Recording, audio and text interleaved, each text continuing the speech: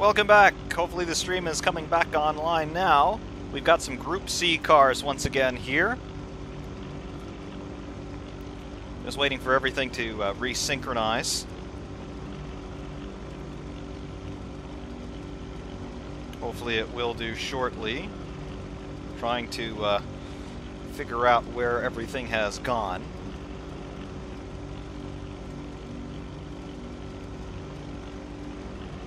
Unfortunately, I cannot keep the stream going while I switch cars, so that I think it leads YouTube to believe that all of a sudden everything has ended, when in reality it has not. I still can't see anything running yet.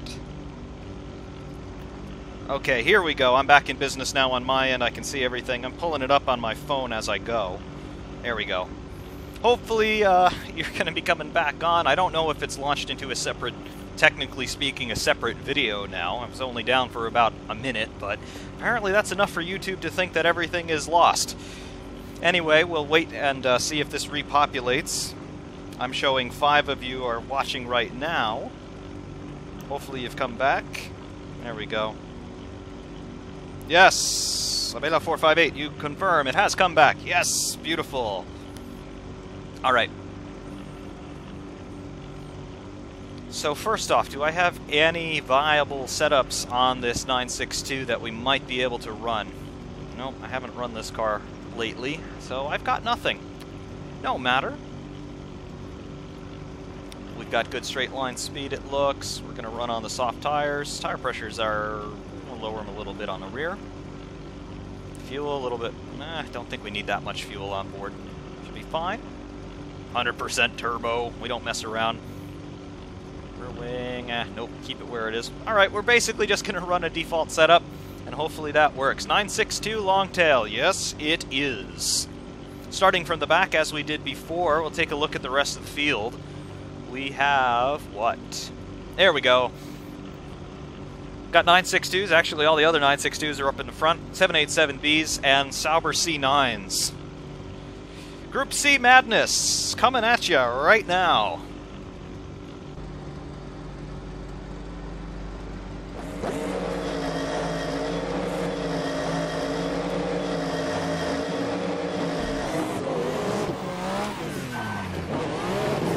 Man, these guys don't know how to start, do they?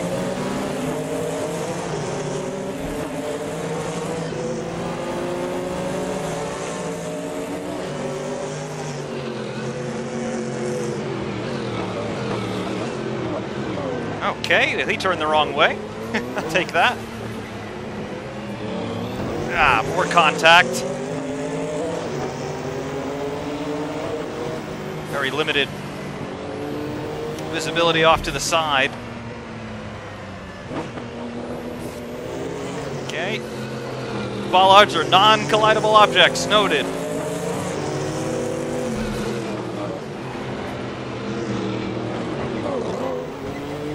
Yikes.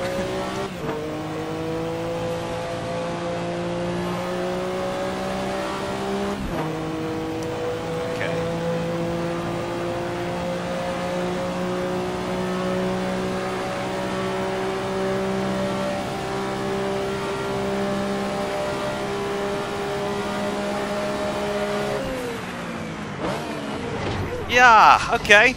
I totally missed my braking point there. That's a mess. You know what else is wrong? I can't figure out how to get the running order down off of the left side of the screen there. It's really messing up my sight lines.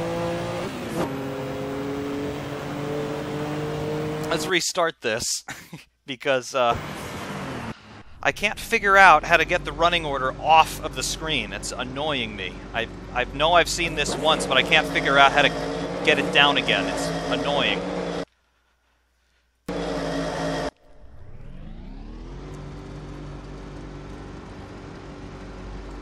I think it's... That's not F10. I don't know what it is. There we go, F9. That's what we want. Okay, we're back in business.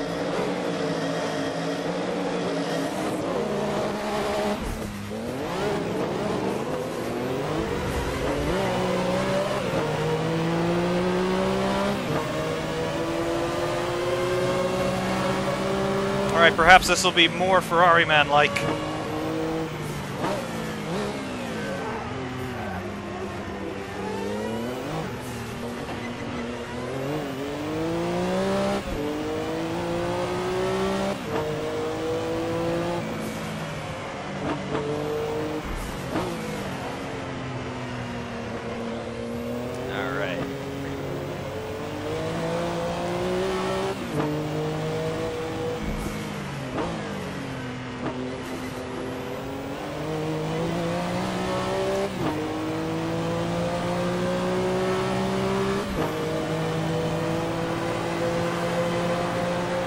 blowing past the Mazdas like they're not even there.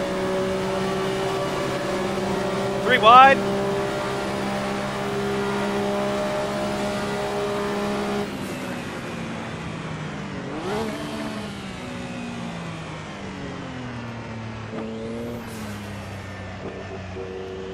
All right, there we go.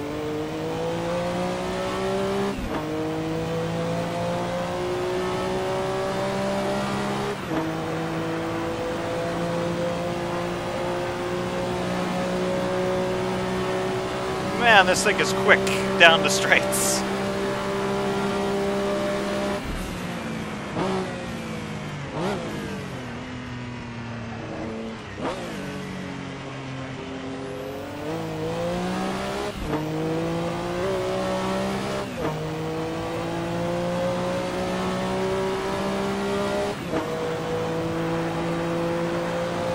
Running full boost here. Goodness knows how long the engine will hold together like that. Ramp it down to 80% real quick.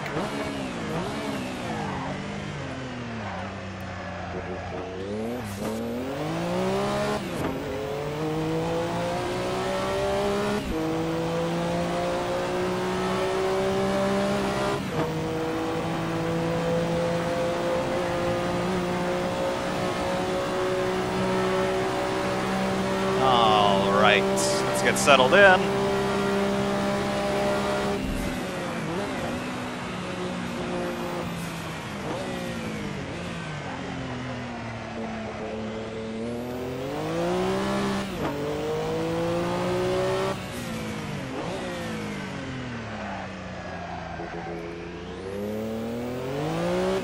Man, I'd forgotten how nice this car is to drive.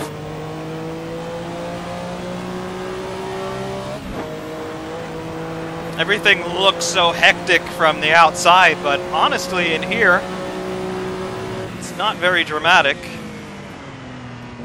Just gotta make sure you don't overdrive them, because I think the straight line speed, it sends your brain mixed signals. Because they are so fast in a straight line, you assume that they would be so fast around the corners as well, but as you can see here through these high-speed Porsche curves, it's not really that quick through the corners. Of course, it could be quicker if you put more downforce on the car, but you don't want that because, quite honestly, most of the lap here is spent going flat out in a straight line.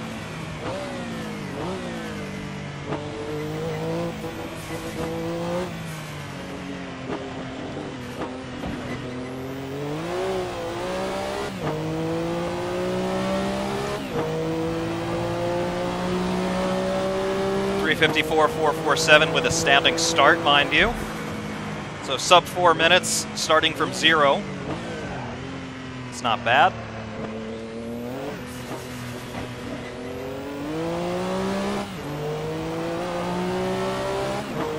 At some point we're going to have to be a little bit more conservative with the boost pressure. We are murdering our poor engine right now.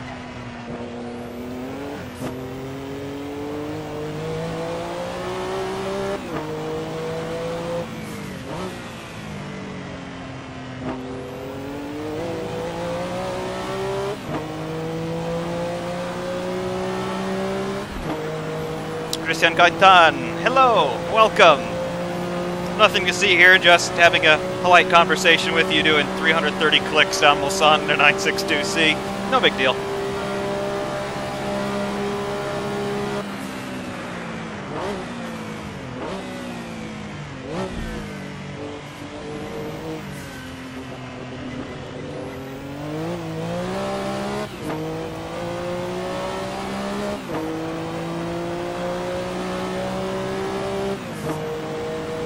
I also have to say, it is very cool to have a proper race car with a proper gearbox. None of this flappy paddle nonsense.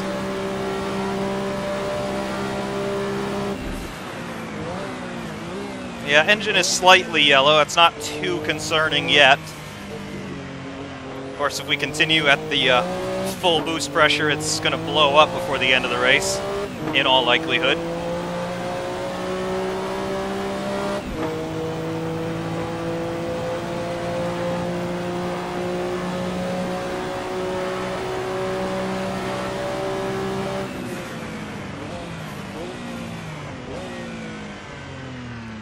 The other thing that gets me about this car, it's on steel brakes.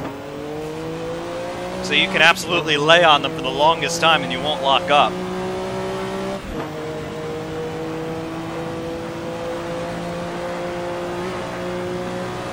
Dave K asking, still running the TS, that's Thrustmaster rig. Yes, yes I am. Same TS PC.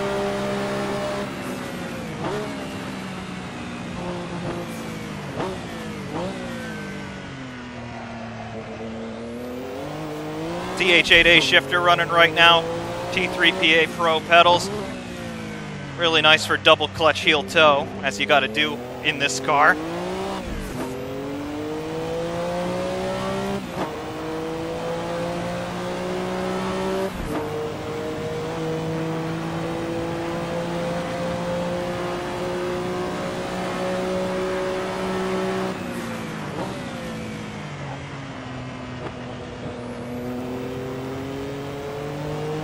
A Porsche through the Porsche curves. Porscheception, yes.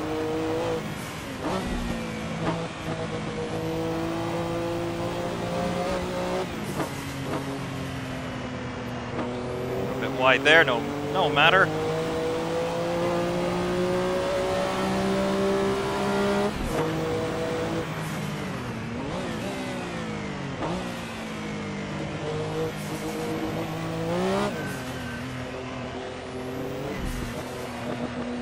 Leader is on final lap.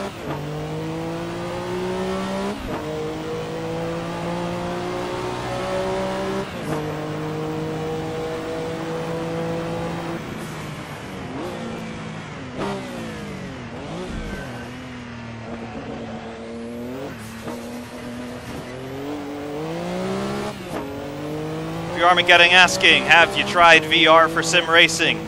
Well, it's a little embarrassing, but I have an Oculus headset. Problem is, when I bought it, I thought my system was all ready to go for it, but turns out it's not quite. I can run it, but I can't run Assetto Corsa with it. I just don't have the RAM nor the graphics card. I'm running 16 gigabytes of RAM, and that's not enough. I've got a 1070 card from NVIDIA, and it's not enough, so I'm still in the process of upgrading all of that. It just costs so much money. Of course, the reason why graphics cards are so expensive nowadays is cryptocurrency mining. Basically, people who are trying to mine Bitcoin and other cryptocurrencies, they're building these crazy computers that have like 10 or 15 GPUs in them, because they're just trying to get the RAM and processing power so that they can manage more transactions and then thereby take ownership of the assets, basically on a brokerage commission basis. Problem is, when that many people buy up the global GPU supply, it drives up the price of the remainder. Running good old supply and demand, Adam Smith economics. So that's why GPUs are so insanely expensive now. The prices are starting to come down again as the production starts to catch up with the demand, but still, it's nowhere near where it was. If I wanted to buy a 1080 card, I'd have to spend well over $1,000 US, and quite honestly, I have better things I could be doing with $1,000.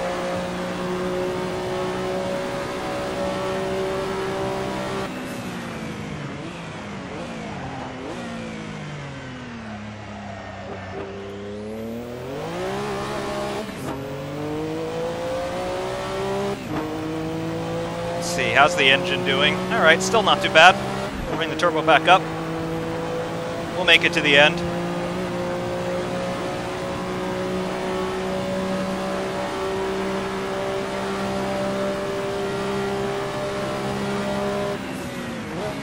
To Indianapolis. Bit of rear locking there.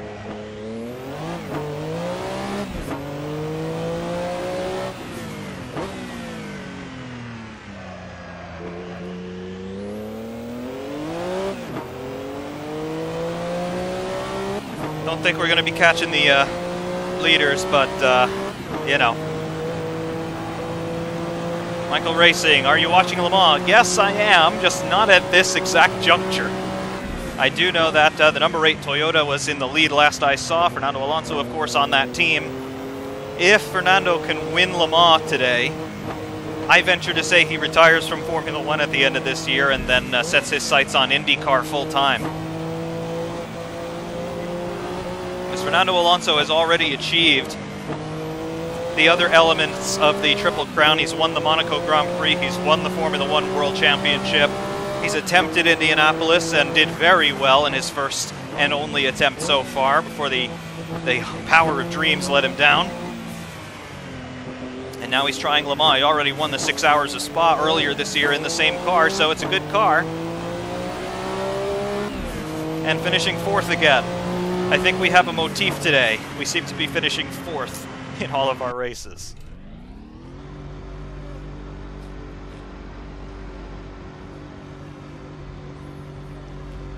What's happening to the engine? The boost pressure is too high, and it's screaming, "I've had enough," but we don't say it's had enough.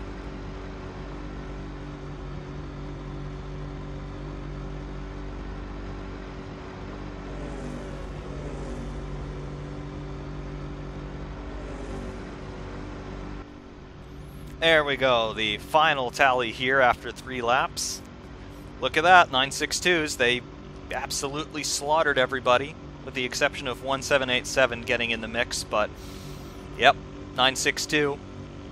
Art imitating life in this case. It was an all-conquering car in the real world, and well, it's still all-conquering here. Everybody made it to the finish, which is nice.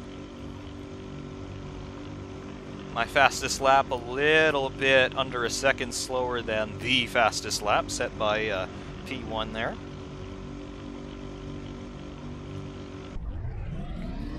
Take a look at what this was like from the outside. There we go.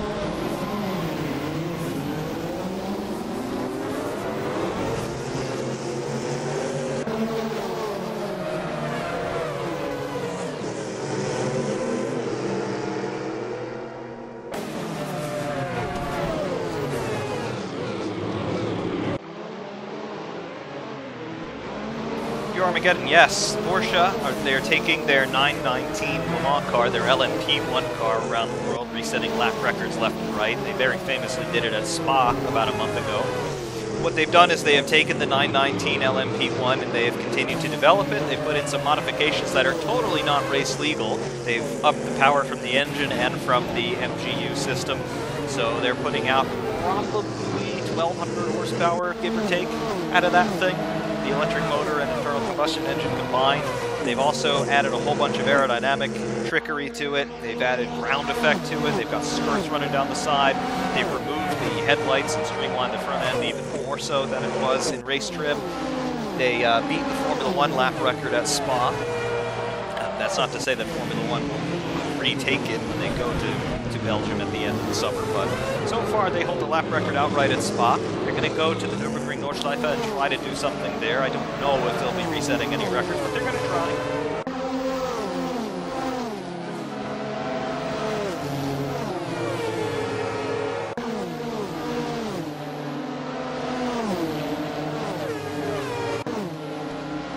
Ayrton Senna, yes, this is Le Mans, Group C for the moment.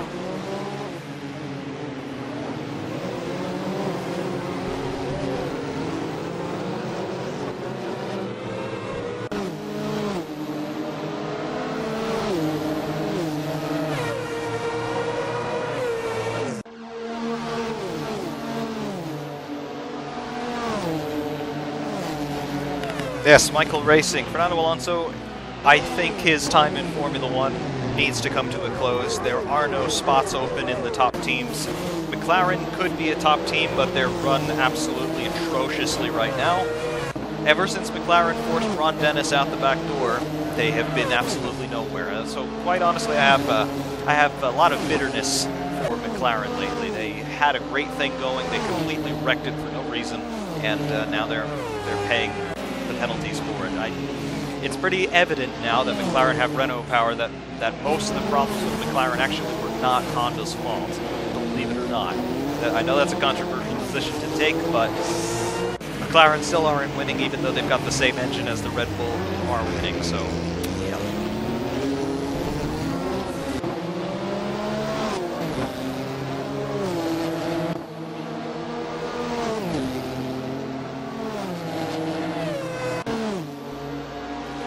Ayrton Senna, am I doing the full 24 hours? No, I am not.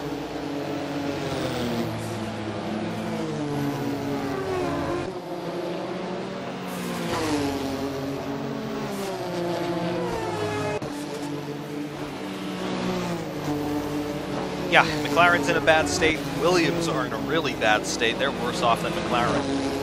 It's really something when a team that won so many world championships now wins a race on average once every 8 years. Let's see, they won in Brazil 2004. They didn't win again until Spain 2012. And obviously they haven't won a race since.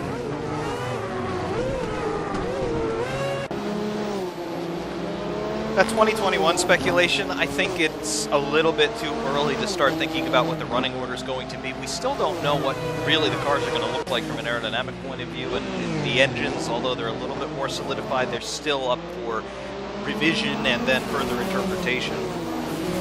Honestly, I think Formula One next year is going to be markedly slower than it is right now because they're chopping up the front and rear wings again.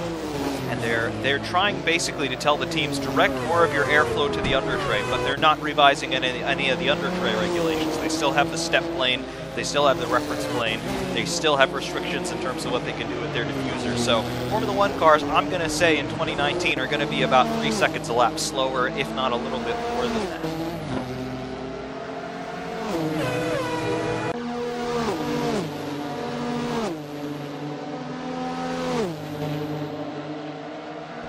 Yes, Michael Racing. Yeah.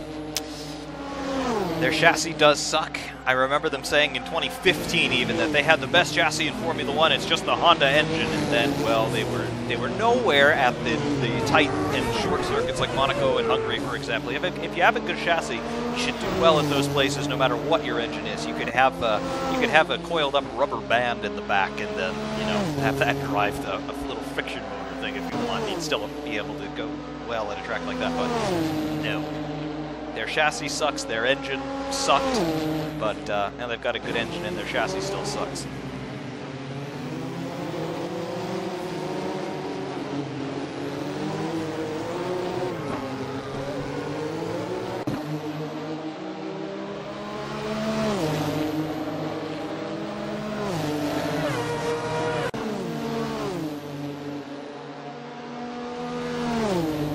I am actually hearing reports, I don't know how verified they are, but I am hearing reports lately that McLaren personnel have staged a little bit of a revolt at the factory, and they are trying to lobby Martin Whitmarsh to come back and run the show. I don't know how true that is, but I have been hearing rumblings on the internet about that.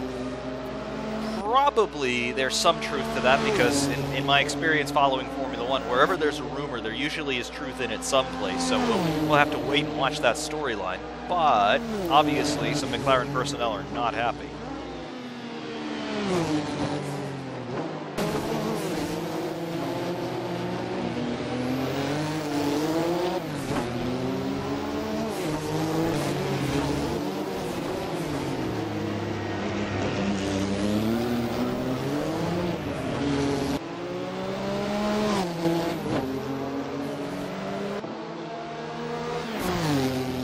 The real question is, what kinds of cars should we drive next?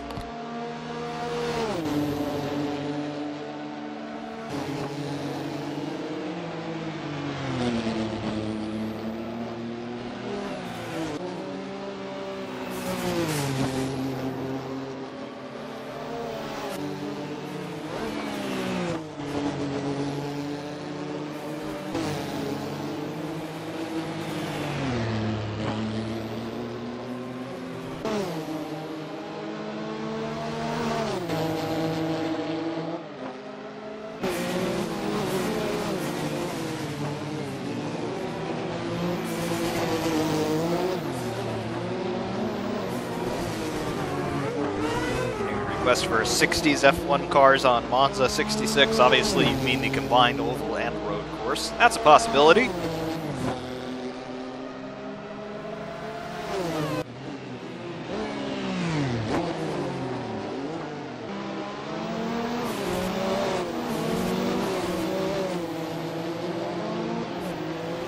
100% got done. I don't know if LMP1 or a factory Le Mans entry at all would be a viable place for Ferrari to go. Yes, they could do it, and certainly a lot of their infrastructure that they have in place for Formula 1 would be transferable to the WEC.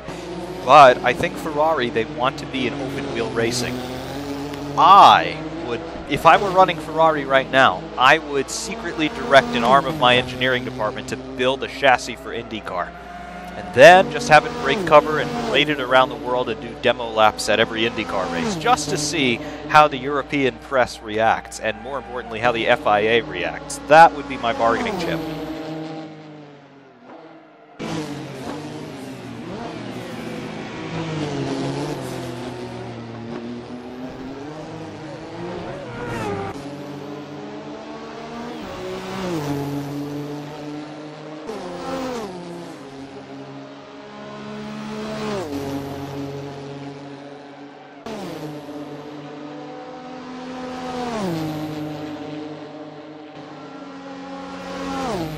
Yes, Ayrton, Enzo Ferrari did actually have a chassis built for the kart series as it was in North America back in the 80s, and they took it to Indianapolis. I believe they did some laps, but obviously Ferrari never made an entry into American open-wheel racing.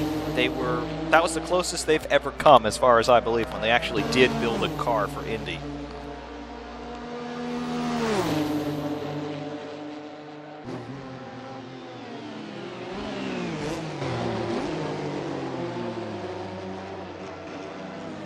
But if Ferrari were ever to field an IndyCar entry, I would not want them to be running a Dallara. They would need to build their own chassis from the ground up with their own engine, get it homologated, and get it eligible to run in the championship. They would...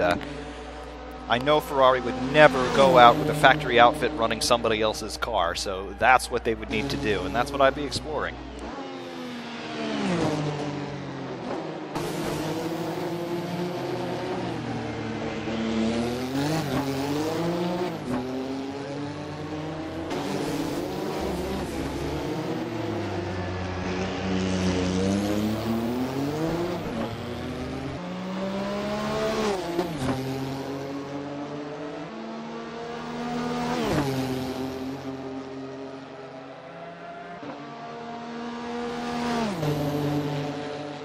Ayrton wants to see the Williams Renault at this circuit. I assume you're talking about the FW19.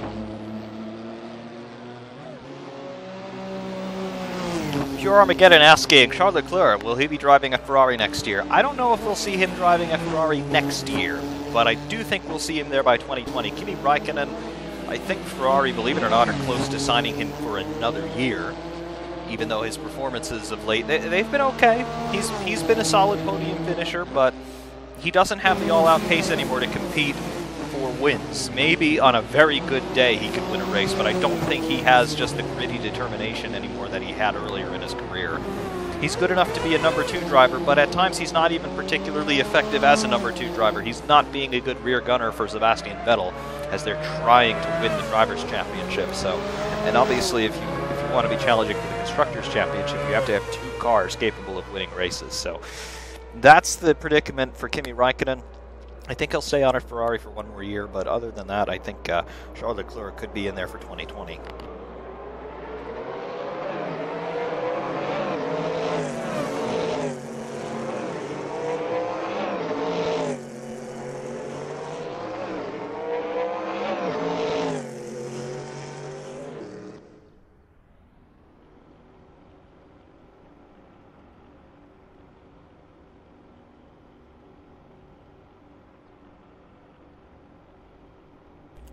The problem with Charles Leclerc is that he's still a little bit too inexperienced. He's very good, but he's only in his first season in Formula 1, so I think they want to give him maybe another year to cut his teeth at Sauber and then see where the chips may fall. Again, they've got to wait for a legitimate opening at Ferrari. They could force Raikkonen out, as they basically did it at the end of 2009 when they wanted to bring Fernando Alonso into the team, but we'll see. I think Raikkonen is good on for 1 more year at Ferrari.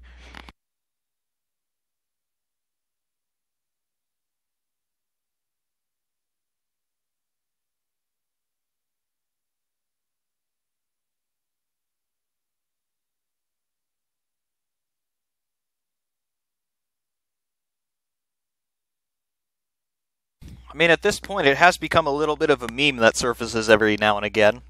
The 2035 season or whatever it is, Kimi Räikkönen still driving for Ferrari. I mean, it's altogether possible that Räikkönen could be there for another few years, but again, I wouldn't hold my breath on that. Somebody needs to be coming on. Michael Racing asks, are you looking forward to the French Grand Prix? Yes and no. Yes, I am looking forward to Formula One returning to France. The problem is, though, they're not at a very good circuit. Paul Ricard, it's a test track. It's not really built for racing. Yes, I know that some GT series go there. I know WEC has gone there in the past, but the configuration they're doing is going to string the cars out immediately, and we're not going to see a very competitive race in France. I dare say it's going to look very similar to how Canada looked, but it's good to have Formula One going back to France. I just wish that they would go to Manicourt.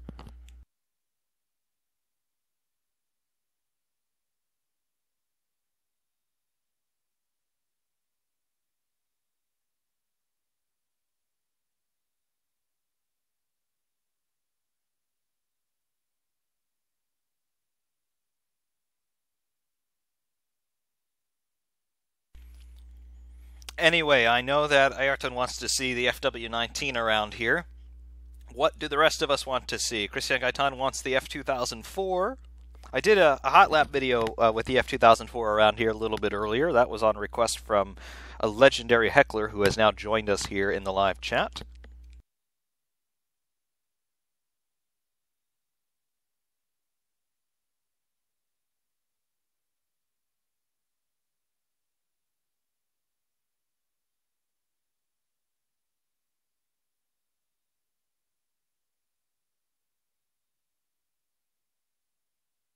So far, one request for the FW19, one request for the F2004. Do you want to see a race with those, or do you want to see just one car running around here? 98T at full boost. That's possible. That will not last one lap around here at full boost. That I could promise you.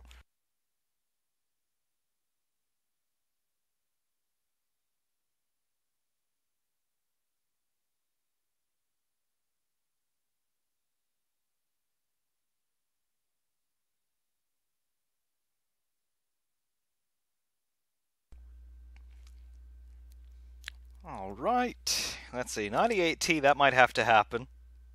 That totally might have to happen. Cameron Rich, hello, you know who you are, welcome.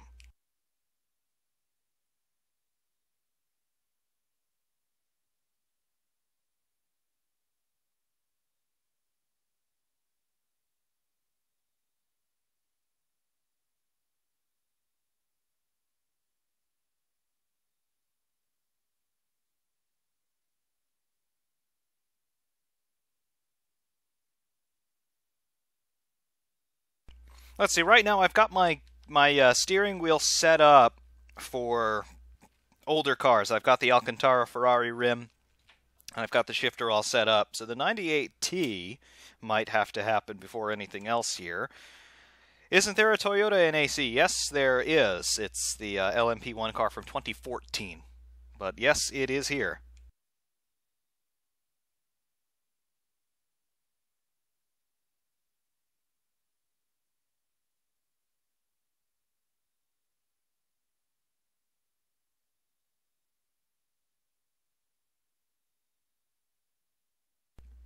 All right.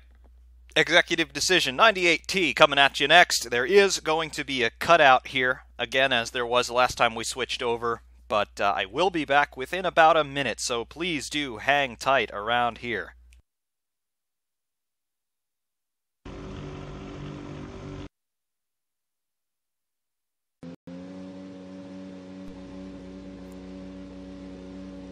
All right, I do believe we are coming back online now.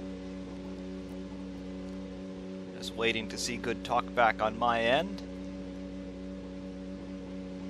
Obviously, we've got the 98T booted up, ticking over in the pit lane, just waiting to confirm that we're back up.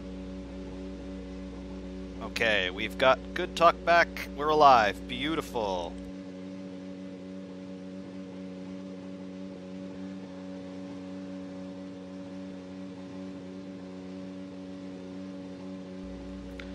Ayrton Senna asking, am I crazy? Yes. Yes, I am.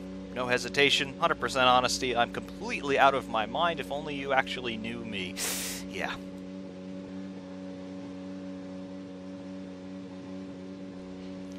See, we've got a setup from Imola, 98T Quali. Yeah. Do we have any other setups for this? Do we have a Monza setup? We don't. Okay. There's no Spa setup either. Okay, so, let's see. 6th gear is taking us up to 355.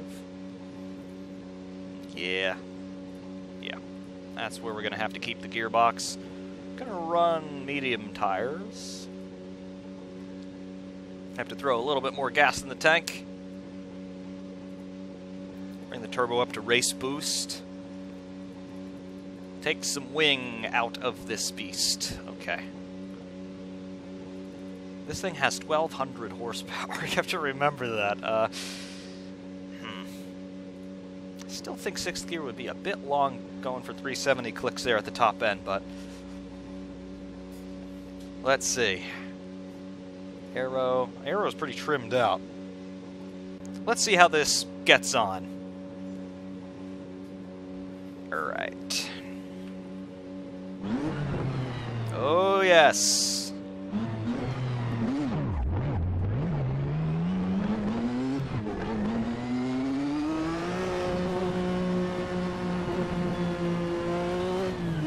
This is just race boost for the moment.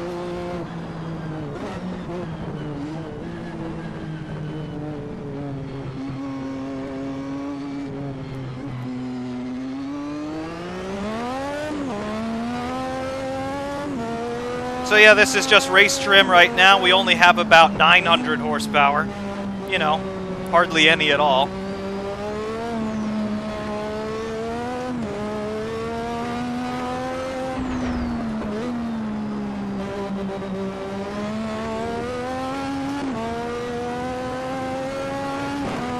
Running about 3.7 bar of boost pressure in race trim. I think we still have a little bit too much drag. What happens when you open up the turbo?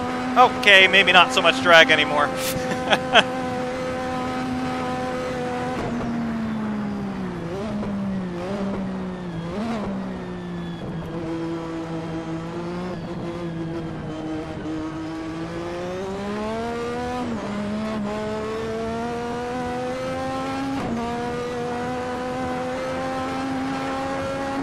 What have we got? Oh yeah. 5 bar, we're off scale high on the boost gauge there.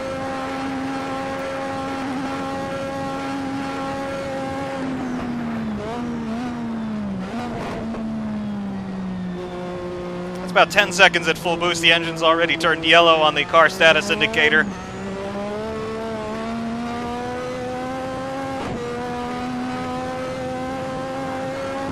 This thing would blow up in half a lap running at full boost pressure.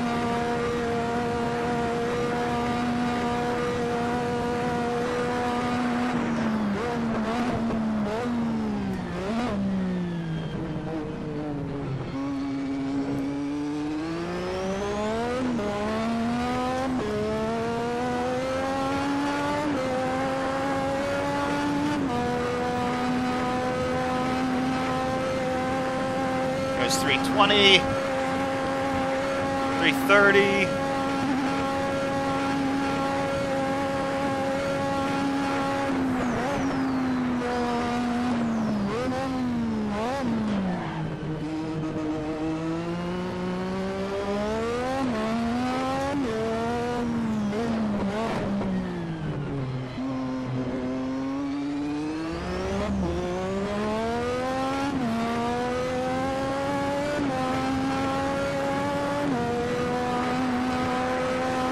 Notice I've gone quiet. This car has a way of taking words out of your mouth.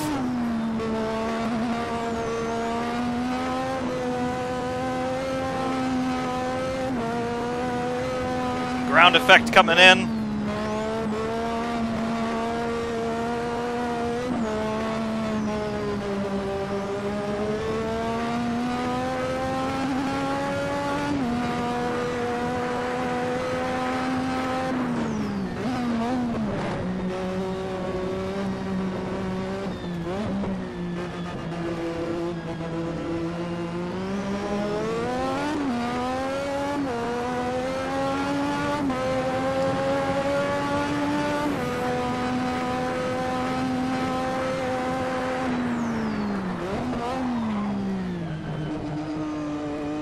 Engine's already turned to bright yellow.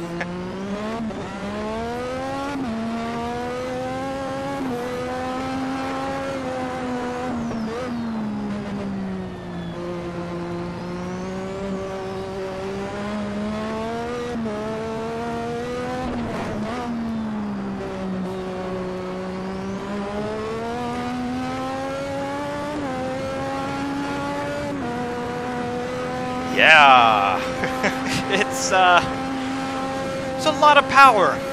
Again, about 1,200 horsepower at qualifying boost, and we're going to have to ratchet this engine back if we want it to complete this lap.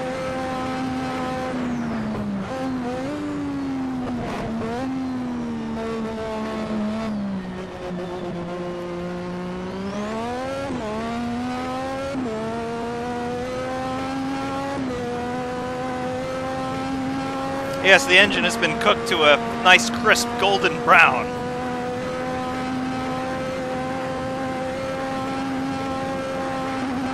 Yep, can't even run it at 80% safely. Unfortunately, we're going to have to contend with a very pedestrian 900 horsepower.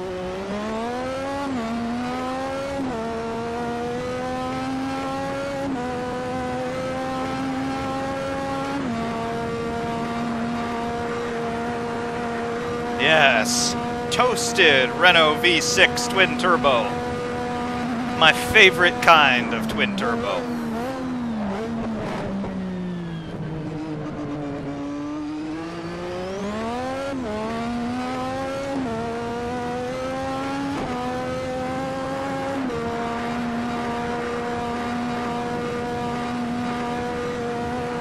Yep, I cannot safely run more than 70% boost now.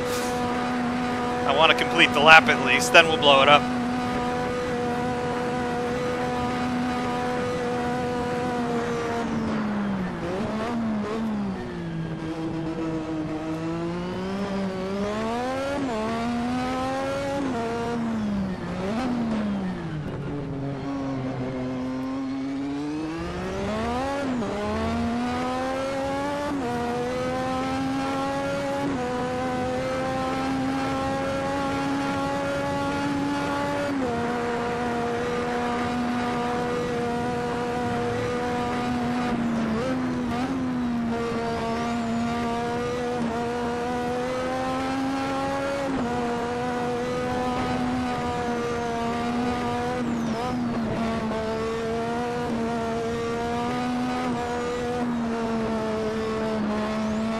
You know, I've always thought that this car is the definition of what Formula One should be, even today.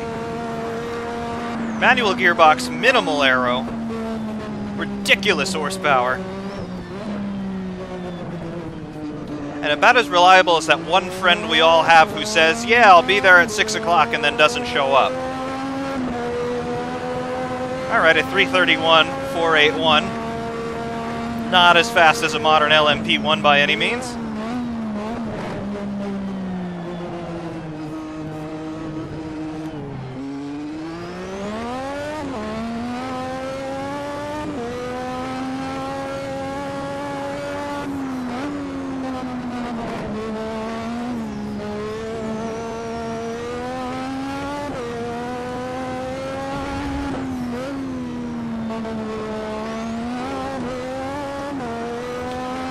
Alright, are we ready to see some fried Renault?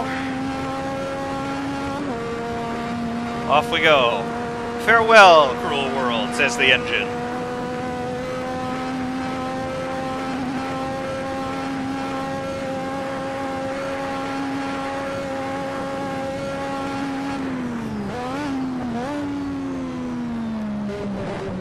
It's still alive, barely. It's gonna blow up right about here. Down on power big time. It's getting ready to go. And there it went. Engine's gone.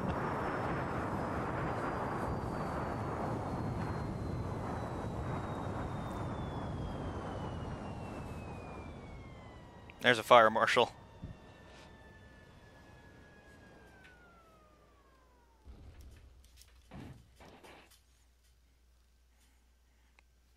Yeah. Somebody order a cooked Renault? Yep, here it is. Man, that is a classy-looking car, though, I have to say. That is a thing of beauty. Absolutely. Love this thing. One of my favorite F1 cars by no stretch of the imagination. Let's just appreciate the awesomeness here in replay.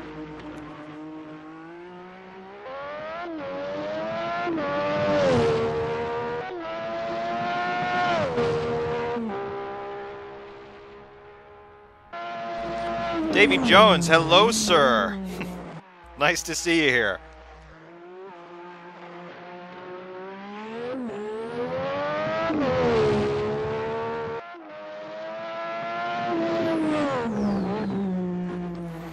Yeah, that was a high-speed four-wheel drift in 5th gear, no problem.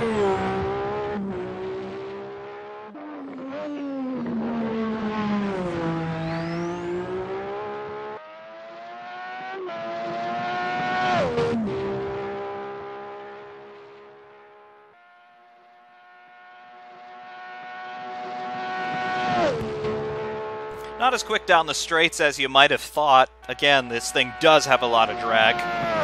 The aero on it, by our standards, it's quite rudimentary, but when you've got 1,200 horsepower, you don't care as much about drag.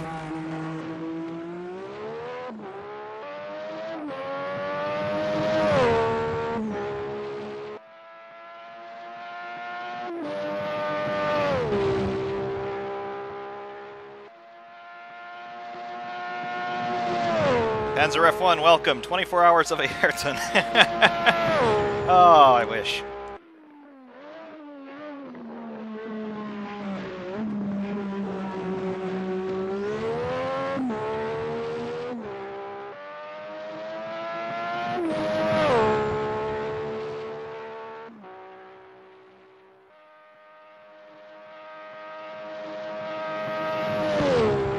See here, it's having trouble hitting 300 clicks at 70% boost.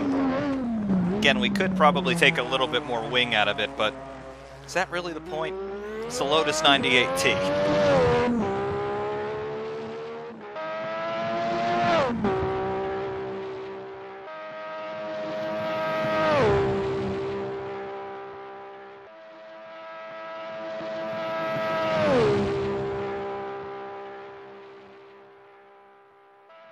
Hesitated Eye, hello, welcome.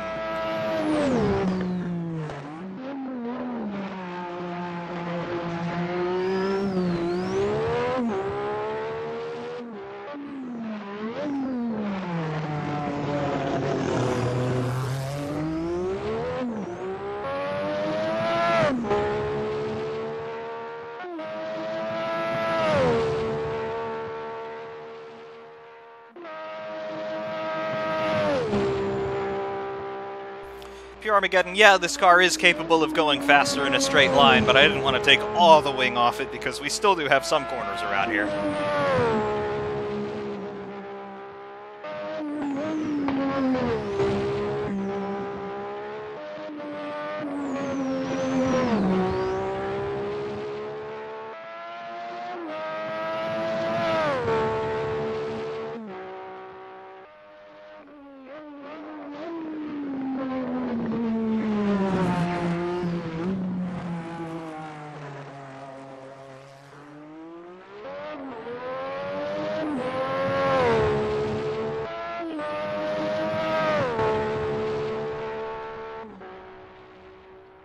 This thing just looks so cool.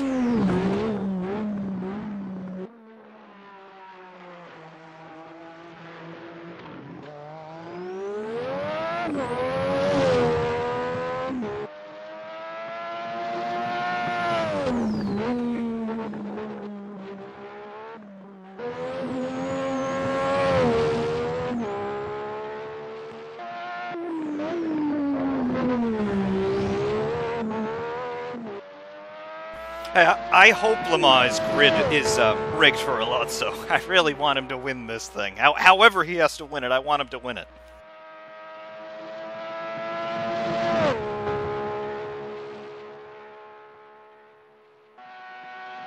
I do think, though, that Toyota is pretty much untouchable, unless the legendary Toyota reliability rears its ugly head, which will happen at hour 23 and 45 minutes.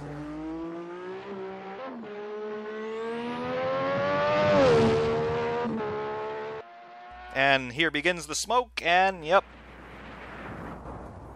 the Renault V6 has departed this Earth in spectacular fashion.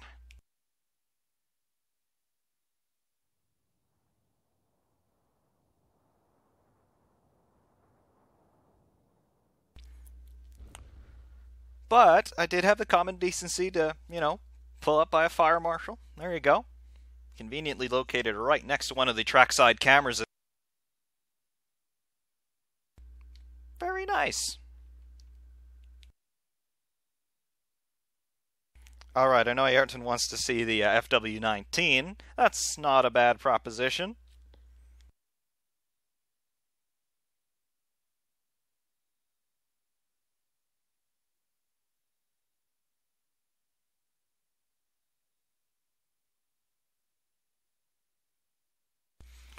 Yeah, Davy Jones, Toyota, they're most likely going to be winning this. Hopefully it's the number 8 car in front.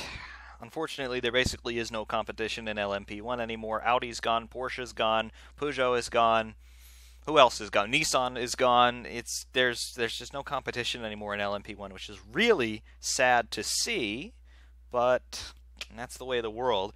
What the silver lining to it might be is we could, in big air quotes here, could be seeing the return of GT1 or something like it. Basically, the discipline that gave us cars like the McLaren F1 and the CLK GTR.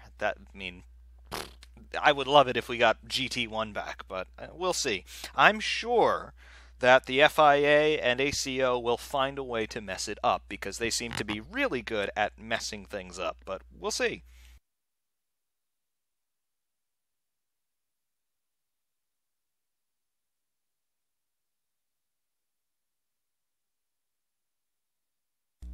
Norman Robinson, greetings to the Bermuda Islands. Thank you very much for joining us.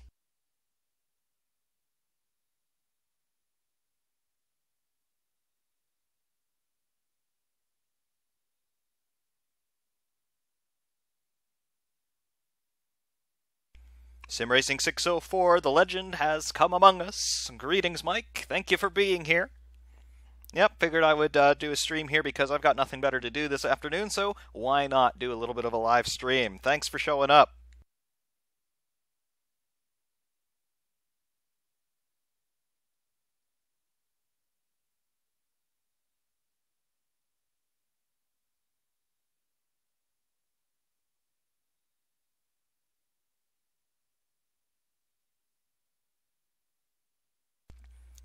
Alright, methinks FW19 comes up next. Also, speaking of Williams cars, we're still awaiting the release of the FW26 by MSF. I'm not entirely sure if they're going to be releasing that today, USA time, or if they're going to be holding off until maybe Sunday night European time, which would put it at Sunday morning USA East time. We'll see. I know we're all waiting anxiously for that. Also, we're waiting for VRC's Formula NA mod. They're dealing with 3 cars and a track in there. They're doing the 2012 Dallara DW12. They're doing the IR18, obviously from 2018, and they're also putting together, which looks to be a Swift 099 chassis from late 90s, 1999 IndyCar as well. So it could be a very interesting mod. I'm still waiting for it. I know a whole lot of people are anxiously awaiting it as well. VRC still working flat out on it. Don't have an ETA, but you'll be seeing a ton of that as well.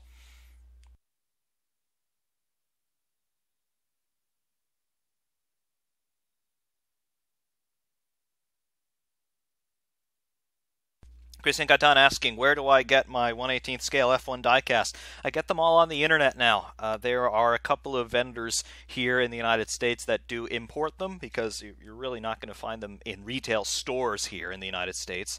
So, yeah, we'll get that from a few different places around here. Also, the everyone's favorite internet auction site is a great way to find models. You do have to be careful, though. in terms of where you buy them from. Sometimes if they're coming from overseas, they're going to be import costs and exchange rates and things like that. They're just a mess. But I'm still an avid diecast collector, and that's where I get my diecast F1 cars.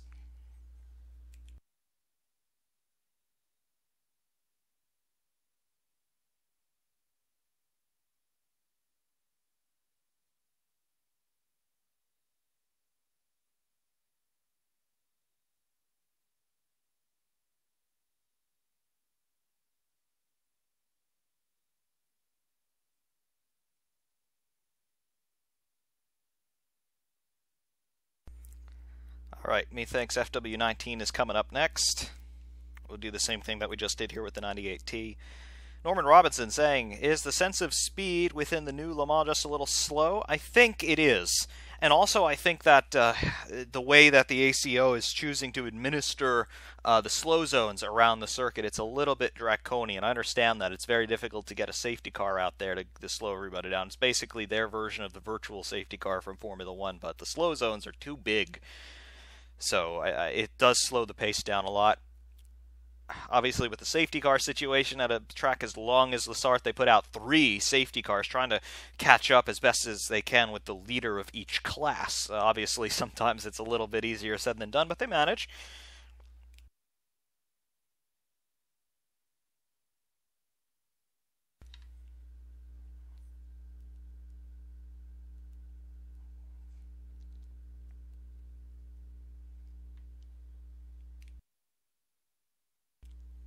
SF15T. Let me think about that for a second. No. Maybe you can convince me otherwise, but the FW19 coming up next.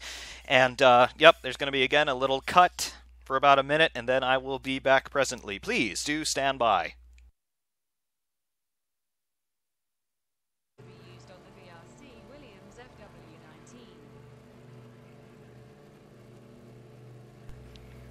Greetings all, Ferrariman601 back again. Again, I'm showing positive talk back. And we are alive. Beautiful.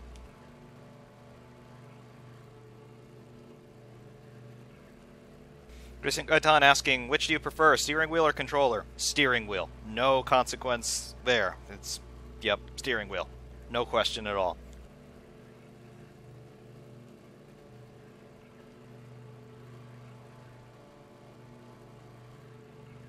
Alright, do we have a reasonable setup? We've got a Monza setup. We have a Monza Hot Lap setup.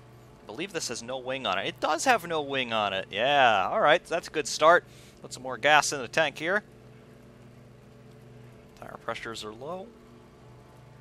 Okay, engine limiter right up to 100. Alright, this should be a pretty good package.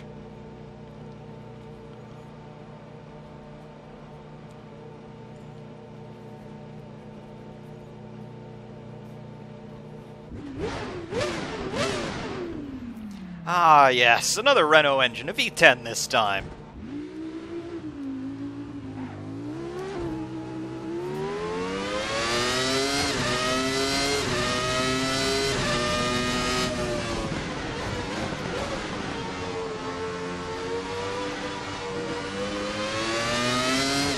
I don't know if we're going to be able to make it around some of these corners in the start of the lap. I've got no wing on the car. Actually, this is working better than I anticipated.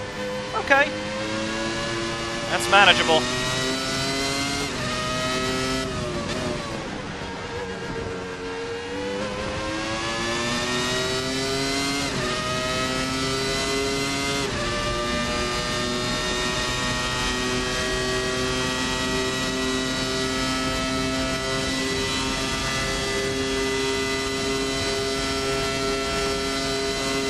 Nothing to see here, just about 18,000 RPM.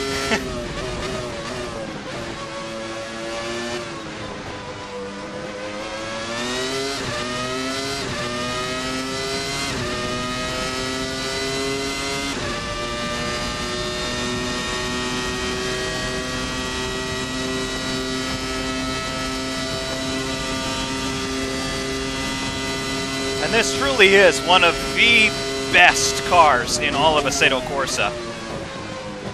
This and its stablemate, the F310B. Brilliant, brilliant work here by VRC.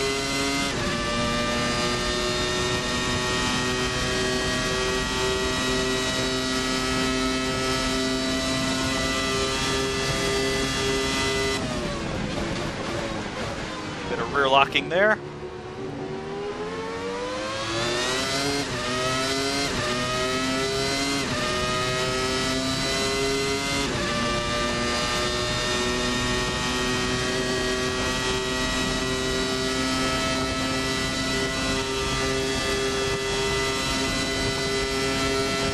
Alright, this is going to be interesting. Can we make this flat out? Yep, we can. Stable as a rock, actually. I'm expecting it to be more twitchy.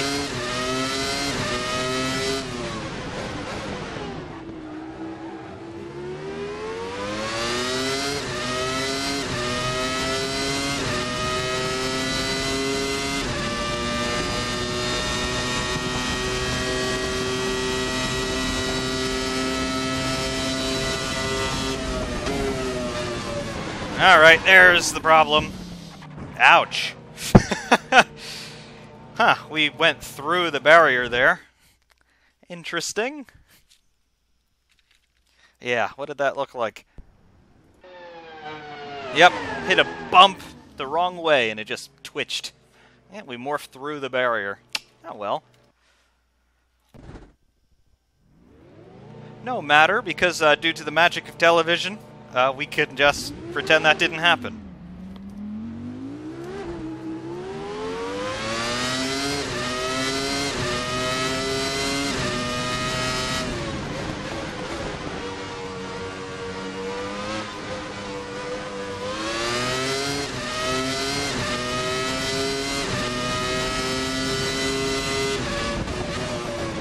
What? Okay, this thing didn't do that last time through there.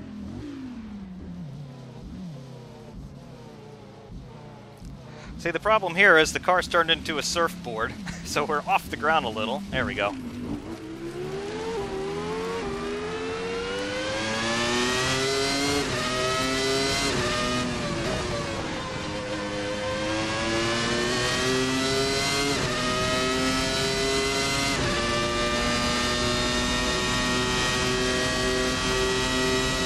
Anyway, pay no attention to any of that.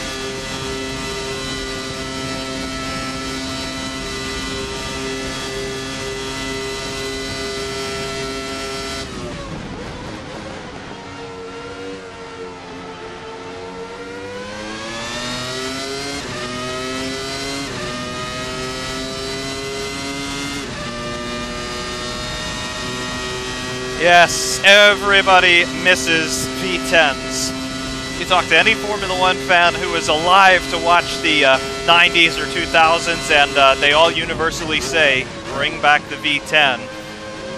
We've been saying it since 2005, and the FIA continued to demonstrate year after year that they do not care one bit about what the public thinks.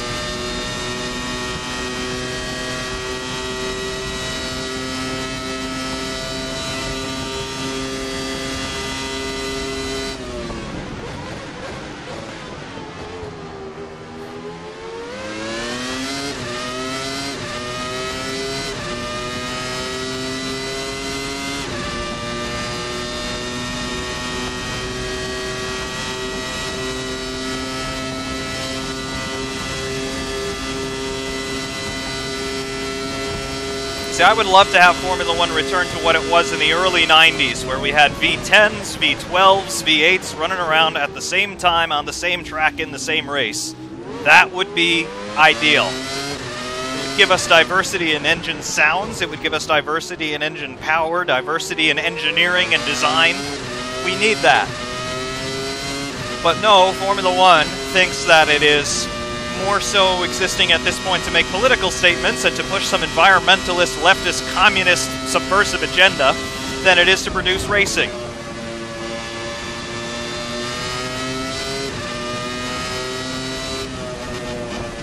Okay, came off the ground there.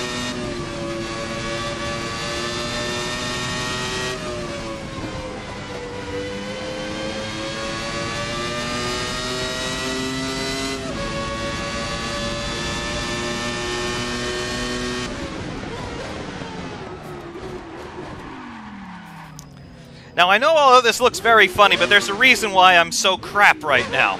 I can't see the corner apices.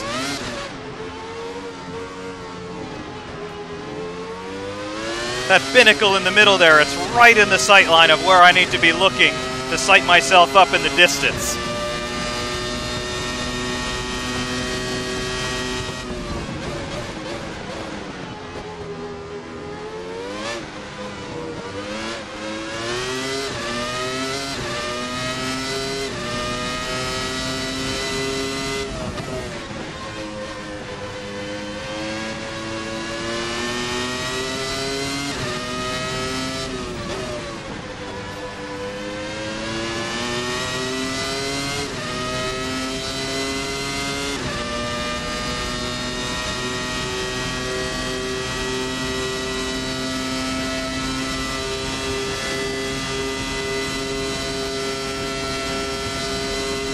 Yeah, road relevance, environmental protection, that's not why we turn on the television to watch racing.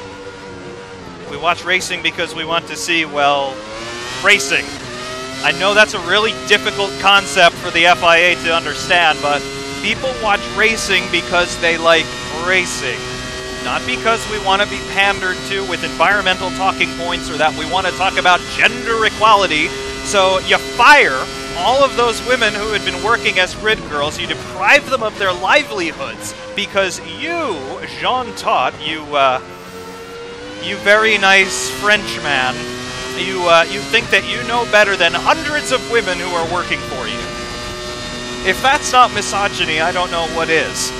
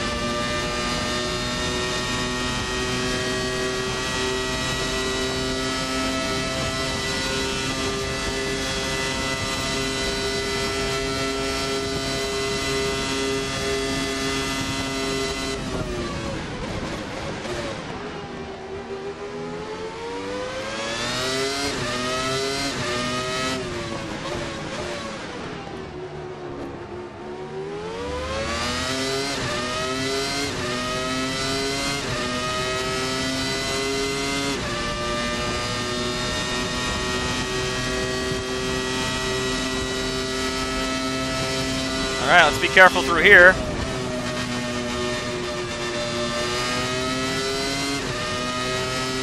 Don't steal too much of this curbing. Ah! Man! I don't know why that happened just then. Didn't hit a bump. I don't know what caused that. I really don't.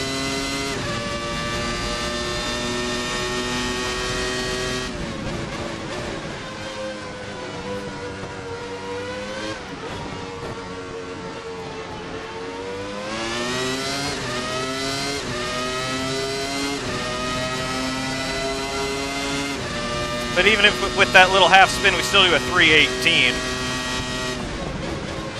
It's respectable, I suppose.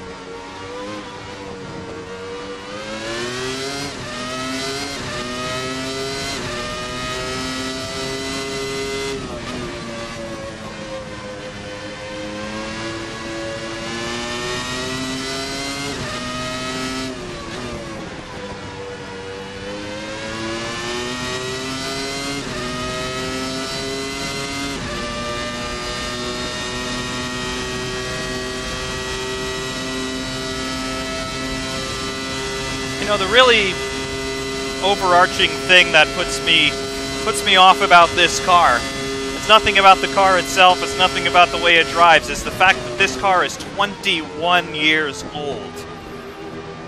And it is objectively and subjectively better than Formula 1 in 2018.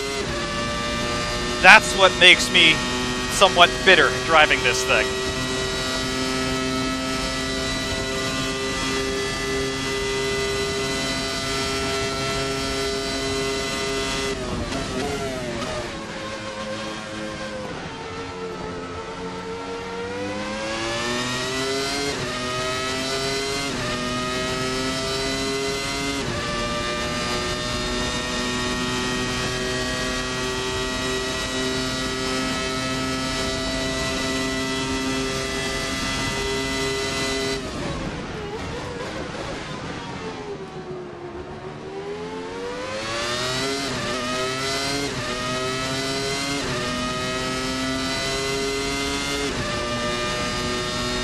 Well, now you're saying that F1 peaked in 2004. I agree. Absolutely agree. 2005, the cars, I think, were even more impressive, but again, FIA wrecking things. Yes, we say that the tires, you can only use one set of them for the qualifying and the race. So you save the tires the whole time. No, that's not what we want.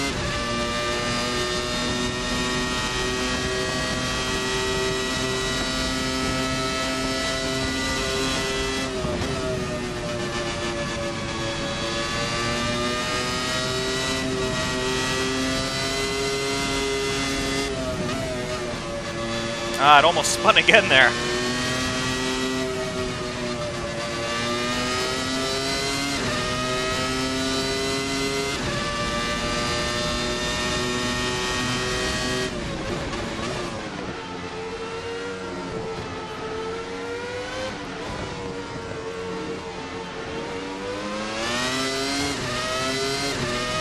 All right, 3:14.298. That's not too bad. Yeah, we could go faster. I'm being a little bit conservative because, you know, live, but still.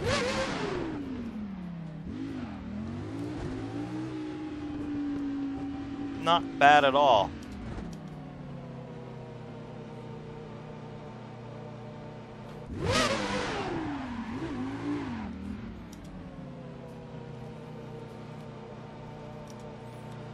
Not bad, I say.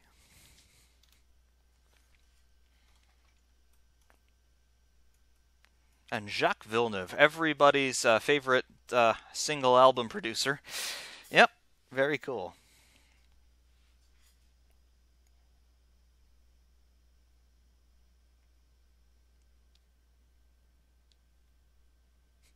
Hesitated I, do a spin test. Nigel Mansell spin test? No. No, definitely not. And yes, hype! Hype! Look at this!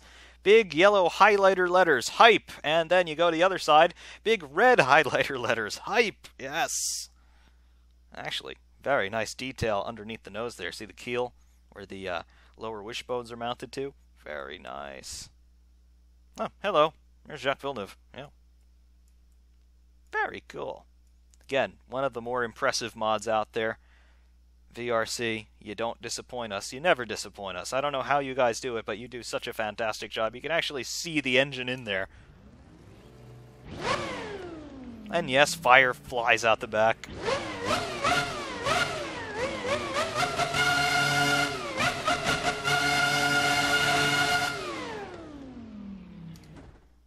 Absolutely glorious.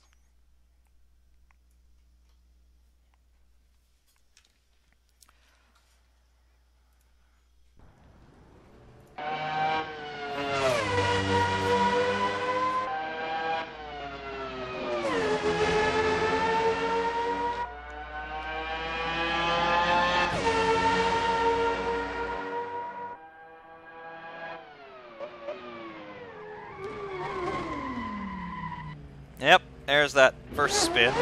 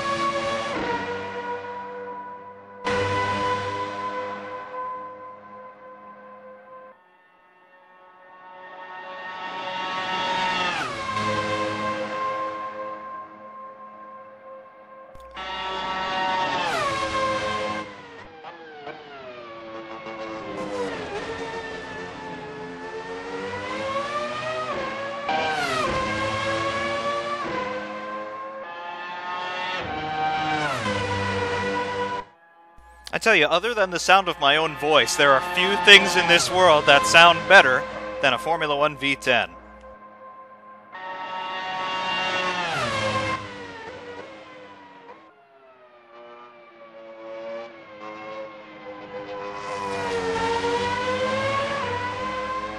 Yeah, shameless plug. Just another service I offer.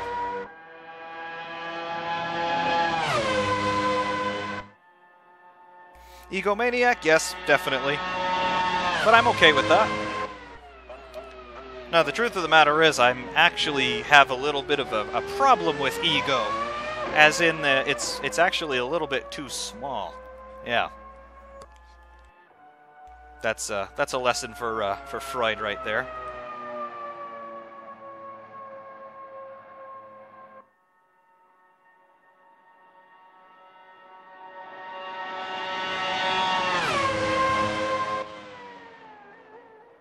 That twitch there coming down into the flat section after Indianapolis.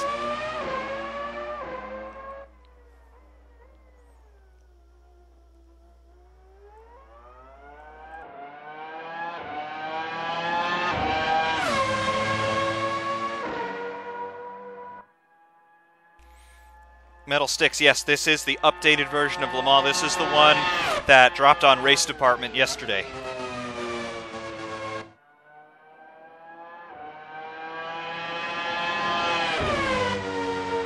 And ready for the second spin. There it is. Boom. Just turned in and the grip was not there. But we kept it going.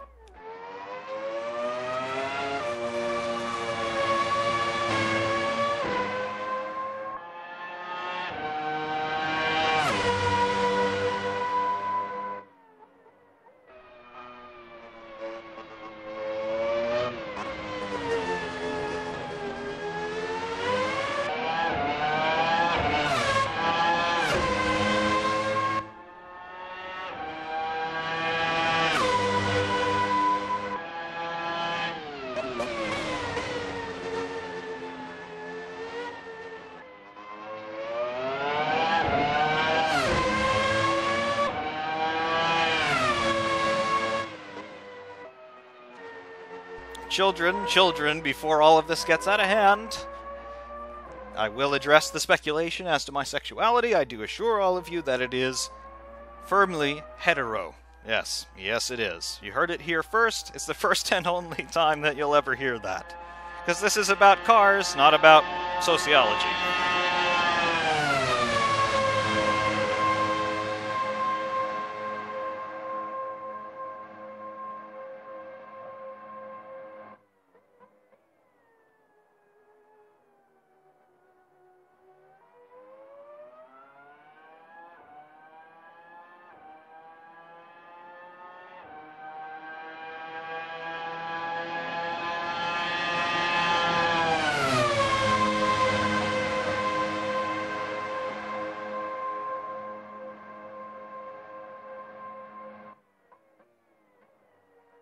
Man, these helicam shots really do make this look a bit more dramatic than it actually is. Braking pretty late for the second chicane there.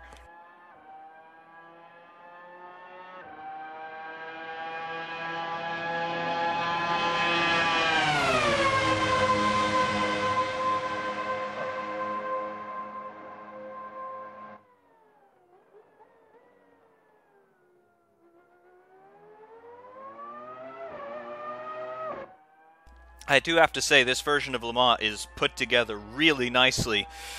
There aren't too many things here that that I would say need work in any regard. It looks almost as good as the stock Kunos tracks. Honestly, it does. Even the trees there, they're actually modeled as 3D objects. They're not just static billboards, if you like, put up at the sides.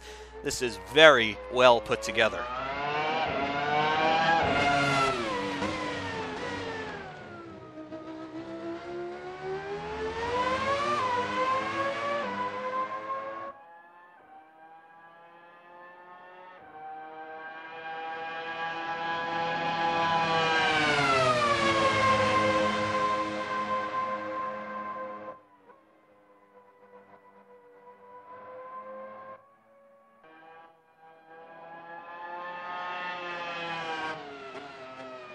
And yes, there is a night version of this circuit. It comes in the pack when you download it. I haven't run the night version yet, so I can't really talk about what it looks like, but that is also available.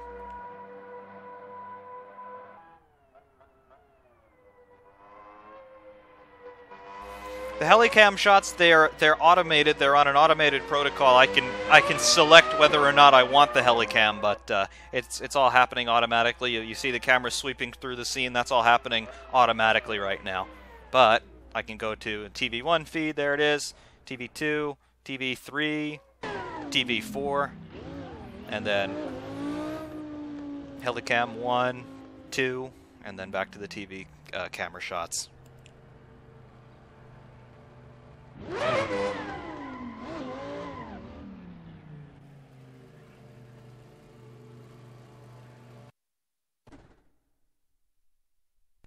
And that brings us back to exactly where we were. Night version, Ferrari F2004, please. I don't know what the night version looks like. I don't know if I'm going to be able to see where I'm going, obviously, because the F2004 has no headlights. I don't know. Shall we try that? F2004 at the night version here?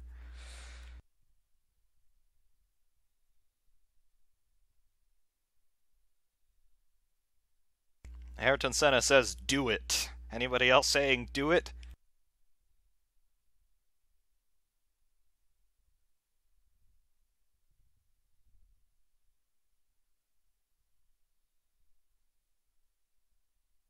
Seems like everybody wants to see the F2004 at night. Well, I guess we can do that. You know, you want to see the Alfa 33 Stradale. I don't know. Maybe later.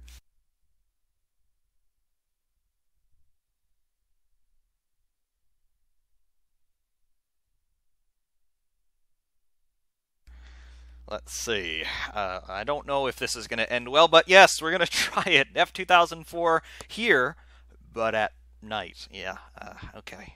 Let's see how this goes. Again, going to be a little bit of a cutout here, but we'll be back here. The screen will be notably darker, and we'll have the F2004. Yeah. Hold on a sec.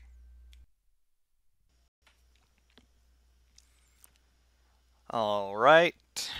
Waiting for everything to sync up again here. I think we have it. Confirmed, we are back to life once more. Okay. Back in business. Now this is nighttime. However, nothing has changed. What am I supposed to do with the time of day or something? Because this is the night version. Go back to the pits. I can confirm that. What am I supposed to do with the settings?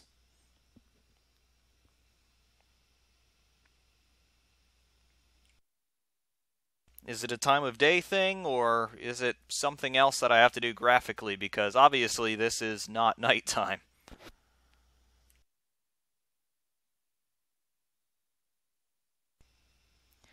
Yeah, I don't have any weather mods. The wet track mod that you saw me do a video on about a week ago, that's it's not technically a weather mod. That's a track surface mod, and it only works at select tracks. It doesn't work everywhere. And obviously it doesn't work on mod tracks. So that's out of the question for us in terms of needing a weather mod.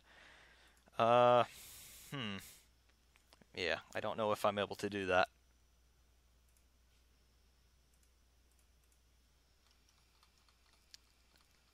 It's time of day.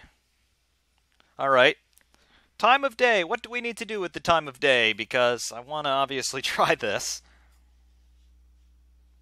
I'm guessing it would be 1800, and then it just makes everything dark.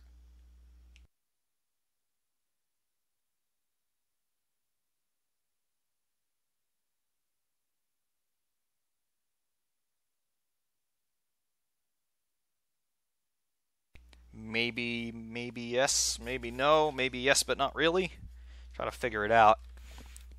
See if we can low-key pull up the race department page from where we're sitting and see what's going on. Let's see. Firing up the iPad Air. Let's get the race department up there on the screen. Because obviously we've got the F2004 and we've got Le Mans.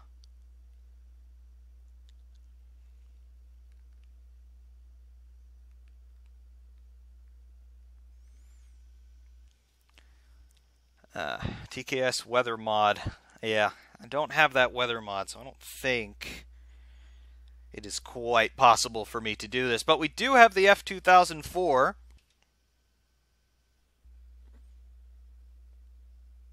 And we are at Le Mans. So if we can't do it at night, at least not for the moment, at least we can do it. Panzer F1 asking, do I use Content Manager? Yes, I do. Not running through Content Manager right now, but I do use it.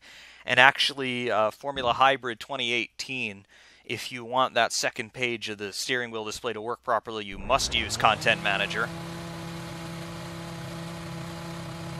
Actually, that reminds me again, we need a setup, Monza, F2004.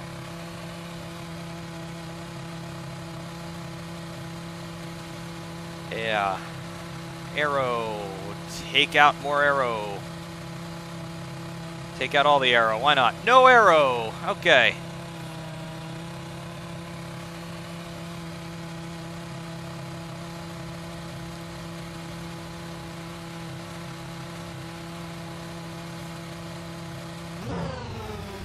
Alright, anyway, F2004. Here we go.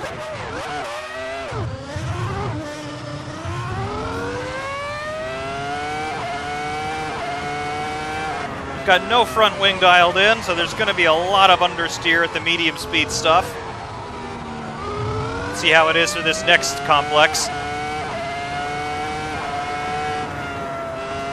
Yeah, understeer like you would not believe.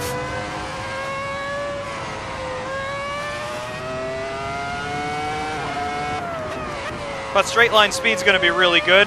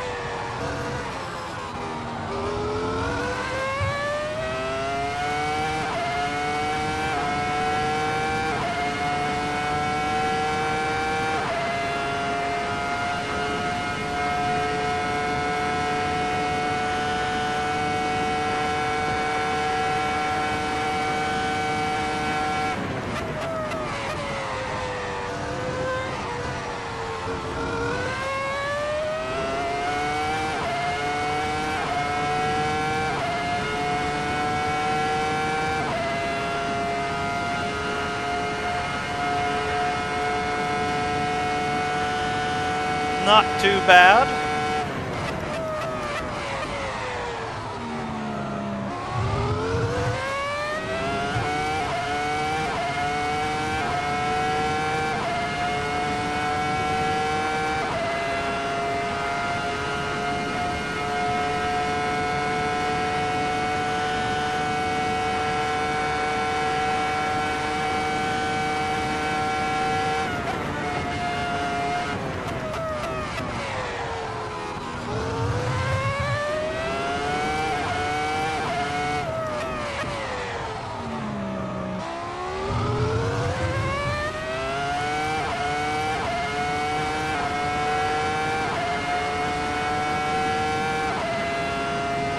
Yeah, this is pretty quick. I do have to say this is pretty quick. Going to be at a grip deficit right now, though.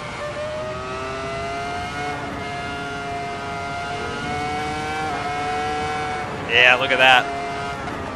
Can't really attack these corners. Just don't have the front end grip.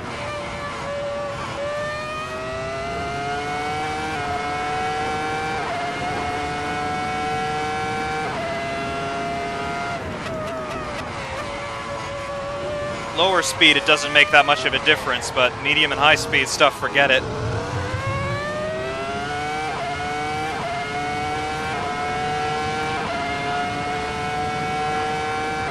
Even through here, we're going to be in some trouble.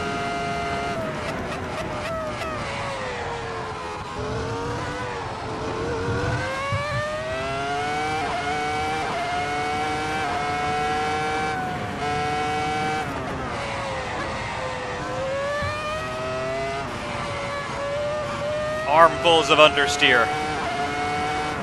Front axle is just skating across the track, ripping up the front tires.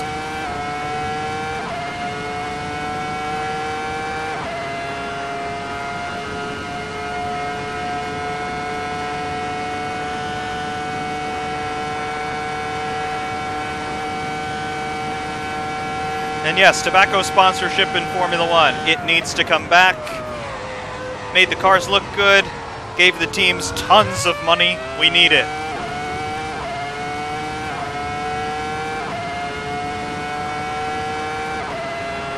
Now I know in this world where everybody is so preoccupied with political correctness, no, you can't possibly have a product that causes illnesses sponsoring major sporting events.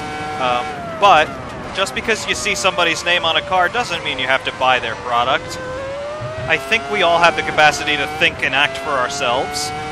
Just a suspicion.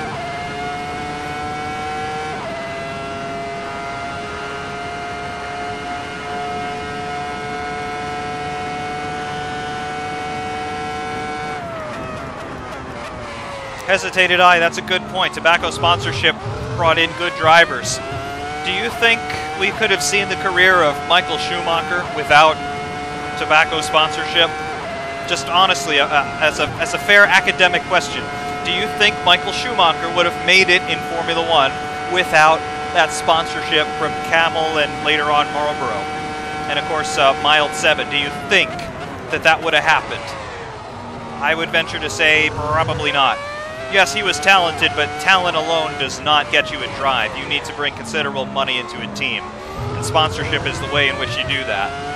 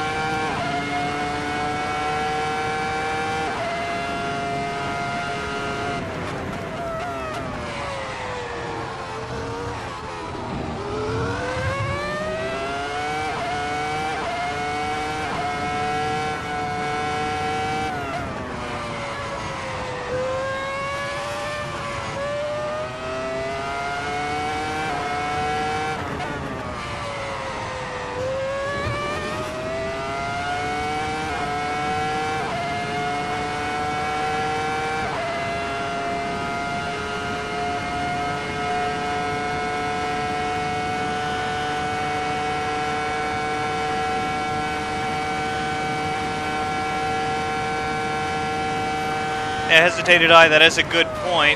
Schumacher did have that Mercedes backing at the beginning of his career. Had a Le Mans drive with Sauber.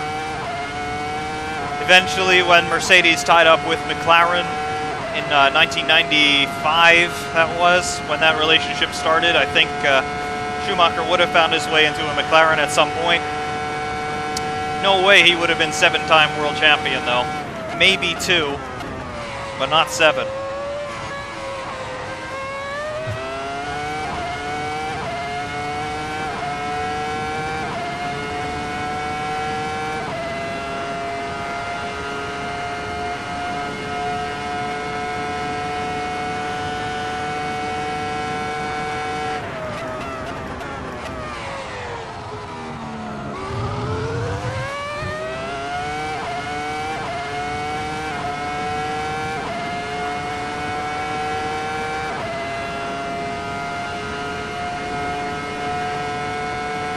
I've got to say, running no wing, the car is a whole lot more stable than I was thinking it would be.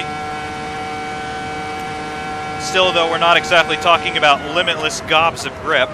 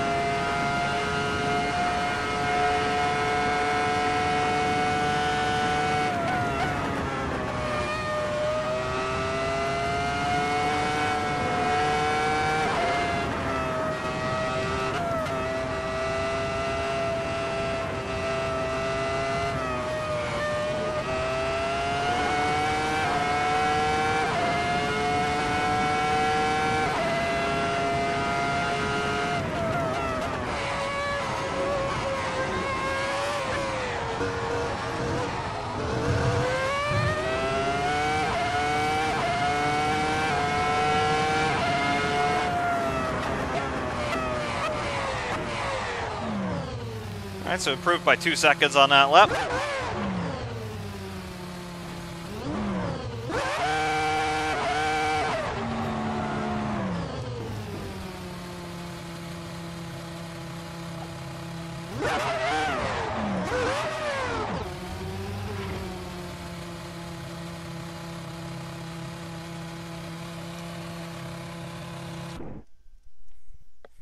Yeah, that's an absolutely great car.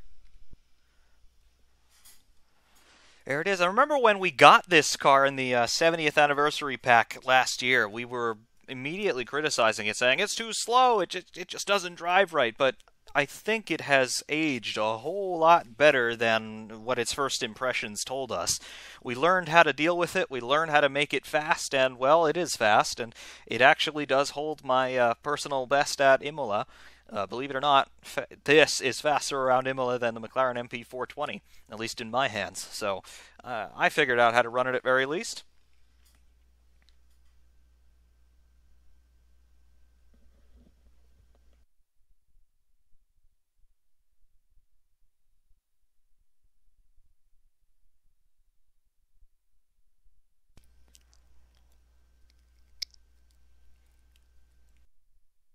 Christian Gaitan asking, would Red Bull find a new engine for next year? They're talking about maybe switching to Honda, inexplicably. Not entirely sure why they would do that, but there is some speculation that Red Bull could run Honda engines next year, which I think is pretty ridiculous.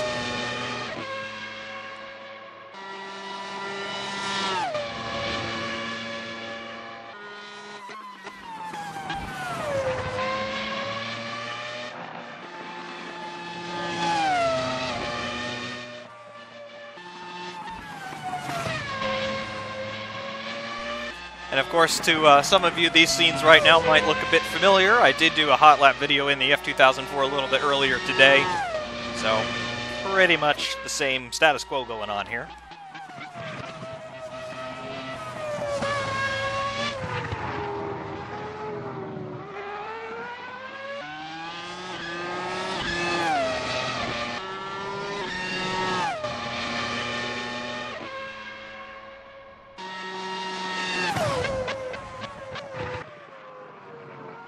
So far, there's only one person here who wants me to drive the SF15T. Nobody else really wants, you know, to see that because it was awful.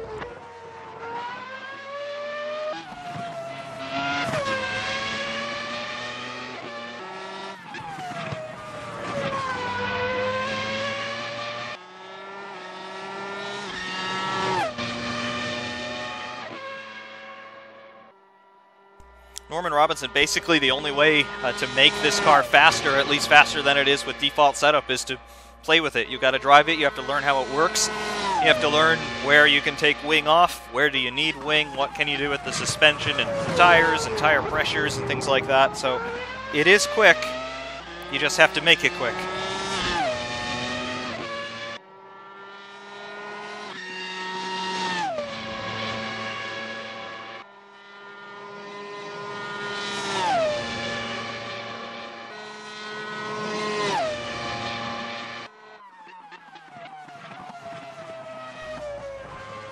I promise you, if I were to run the 15T, half of you who are watching, there are 13 of you watching right now, I promise that 7 of you would turn off.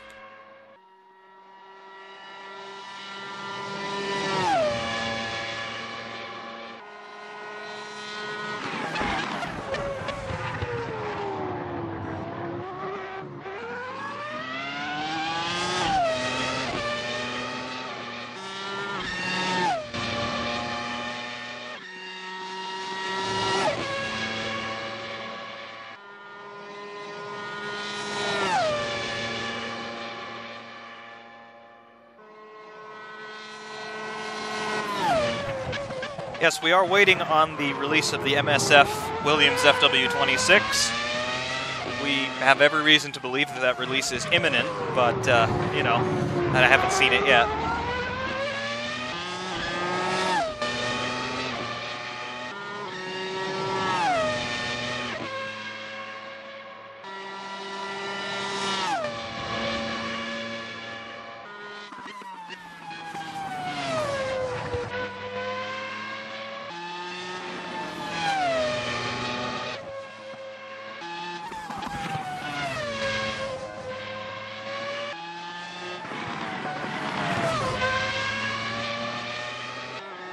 Is DRS a horrible gimmick? Yes, DRS is a very horrible gimmick. It's done nothing to improve the overall scope of the racing. I think it just basically gifts positions to drivers who don't really deserve them. I think it also just highlights the inborn difficulties that Formula One cars have with following closely nose to tail. If the only way to get an overtake is to remove downforce from the car behind, why don't we just remove downforce from all the cars and, you know, they can follow closely nose to tail again? If that's really what they want to do anyway. Overtaking is not the end-all be-all of racing. There's a whole lot more to it. There's strategy, there's technology, there's driving talent and everything else. Overtaking does not make good racing. Overtake should be something that's earned, something that a driver needs to work for, not something that just happens because he can push a button. I don't understand really why Formula One brought in DRS to begin with. Yes, it gave us more overtaking, but it gave us a whole lot of meaningless overtaking. The overtaking that we want to see is the pass that Mika Häkkinen made on Michael Schumacher in 2000 at Spa. That is overtaking, and that's something that Häkkinen worked the entire race to do. And that's why we remember it 18 years later. Overtaking is not opening a flap on the rear wing and saying, oh yeah, now I'm 50 kilometers an hour faster than you down the straight, so I'm just going to pass you because haha, I win. No, that's not racing.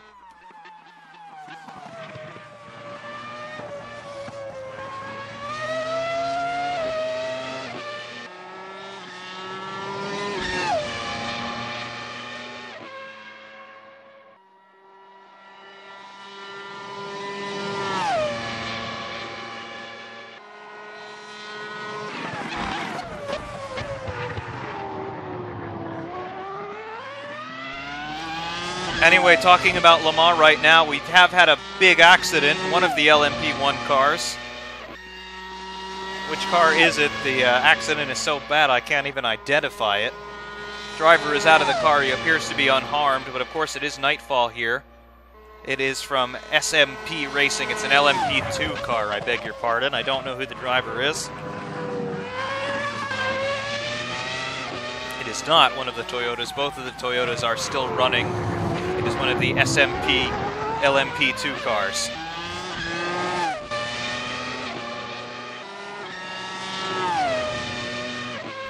The driver is out. The car is not on fire, but it is comprehensively destroyed.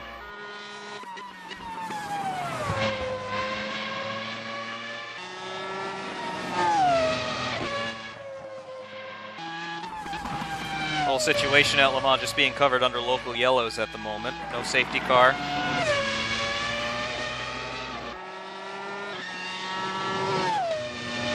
Isakyan was the driver at the time. He's out of the car, he's fine.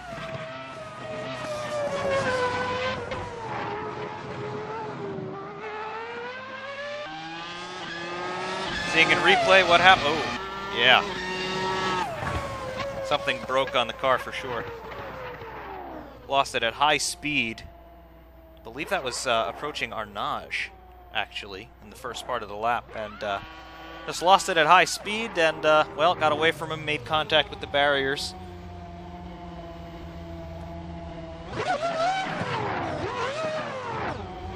He was attempting to drive it afterwards, believe it or not, but lots of steam shooting out the back, and then it appears that a fire did get started in the engine bay. So his day is done, but again, he is fine.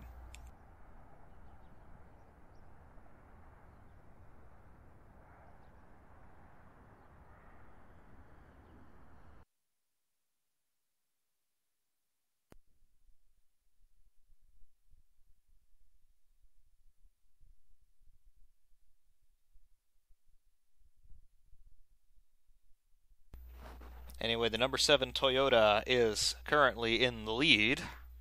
Obviously, we're all watching the number 8 Toyota with Fernando Alonso in that quartet of drivers. Mike Conway currently driving the leading number 7 Toyota.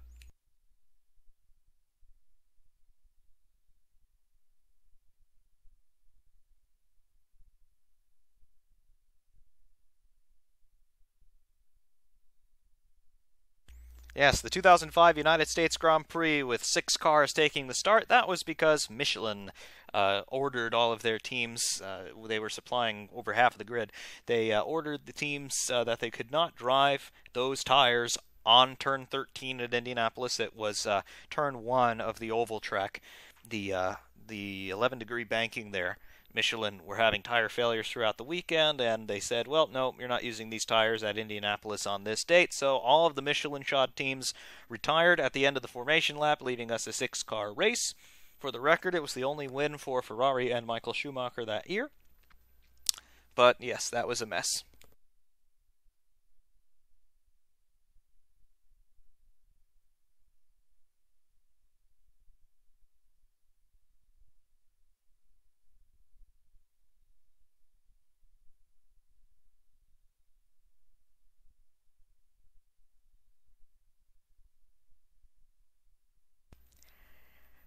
Anyway, all of you, I think it's time for me to have some sort of a break here. I would like to get something to eat, and yeah, of course we do have 15 hours and 23 and a bit minutes remaining in the 24 hours of Le Mans, so we are still not even to the halfway point at Le Mans. So lots of motorsport action coming at us this weekend, all from the same place. So it's always very cool.